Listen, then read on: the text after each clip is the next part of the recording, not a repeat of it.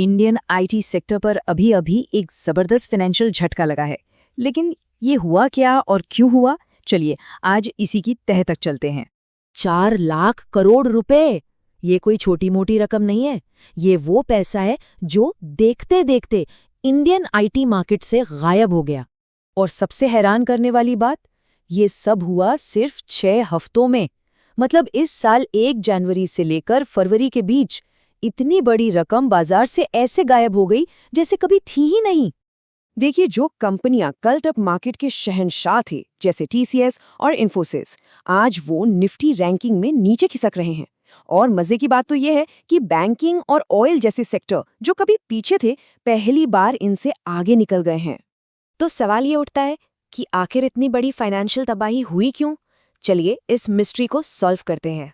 देखिए, इसकी कोई एक वजह नहीं है। असल में ये एक डबल वैमी है। मतलब आईटी सेक्टर पर एक साथ 2 तरफ से हमला हो रहा है। तो चलिए पहले विलेन की बात करते हैं, और वो है अमेरिका से आता हुआ इकोनॉमिक प्रेशर। आपको शायद ये जानकर हैरानी हो कि हमारी आईटी कंपनियों के 50 से 60% कमाई सिर्फ और सिर्फ अमेरिकन क्लाइंट से आती है। मतलब हमारी निर्भरता उन पर बहुत ज्यादा है। तो अब होता क्या है, एक चेन रिएक्शन शुरू हो जाता है।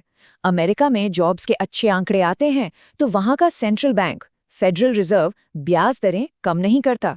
अब जब दरें ऊंची रहती हैं तो अमेरिकी कंपनियों के लिए सस्ता कर्ज लेना मुश्किल हो जाता है। और जब पैसा महंगा मिलेगा तो वो टेक पर अपना खर्च रोक देते हैं। और इसका सीधा असर किस पर पड़ता है? हमारी इंडियन आईटी कंपनियों पर, जिन्हें प्रोजेक्ट्स मिलने बंद हो जाते हैं। लेकिन रुकिए, अमेरिकन प्रेशर तो कहानी का सिर्फ एक हिस्सा है। असली और शायद इससे भी बड़ा खतरा तो इंडस्ट्री को अंदर से खोखला कर रहा है। इसे वेज आर्बिट्राज कहते हैं। मतलब जिस काम के लिए अमेरिका में एक कंपनी $100 देती है, वही काम भारत का इंजीनियर सिर्फ $20 में कर देता है। पिछले 25 साल से यही वो बिजनेस मॉडल था जिस पर हमारी पूरी आईटी इंडस्ट्री खड़ी थी। लेकिन अब ये मॉडल पूरी तरह से टूट चुका है। पुराना गेम क्या था? ज्यादा इंजीनियर्स लगाओ, ज्यादा घंटे बिल करो और ज्यादा पैसा कमाओ। लेकिन अब एआई के आने से पूरा खेल ही बदल गया है। एआई को इंजीनियर्स की उतनी जरूरत ही नहीं है, तो बिल करने वाले घंटे कम हो गए और रेवेन्यू धड़ाम से नीचे आ गया। अब क्लाइंट्स भी तो स्मार्ट हैं। वो सोच रहे हैं, भाई जो काम एआई सेकेंडों में कर सकता है, जैसे कोडिंग, टेस्टिंग, डॉक्यूमेंटेशन, उसके लिए मैं इंसानों को घंटों के हिसाब से पैसे क्यों दूं? और एक्सपर्ट्स का तो ये भी मानना है कि इस एआई डिस्रप्शन की वजह से अगले 3-4 सालों में इंडस्ट्री का 9 से 12% तक का रेवेन्यू खत्म हो सकता है। ये बहुत बड़ा नंबर है। तो अब इंडस्ट्री एक ऐसे मोड़ पर आ खड़ी हुई है, एक दोराहे पर, जहां से 2 बिल्कुल अलग रास्ते जाते हैं। और यही आज का सबसे बड़ा सवाल है, क्या ये एक खतरा है या फिर एक बहुत बड़ा मौका? तो ये 2 रास्ते हैं क्या? एक रास्ता है खतरे का, जहां लो एंड कोडिंग की नौकरियां खत्म हो रही हैं, फ्रेशर्स की हायरिंग कम हो रही है। और दूसरा रास्ता है मौके का, जहां एआई इंटीग्रेशन, क्लाउड और साइबर सिक्योरिटी जैसी नई और महंगी सर्विसेज की डिमांड आसमान छू रही है। तो चॉइस बिल्कुल क्लियर है।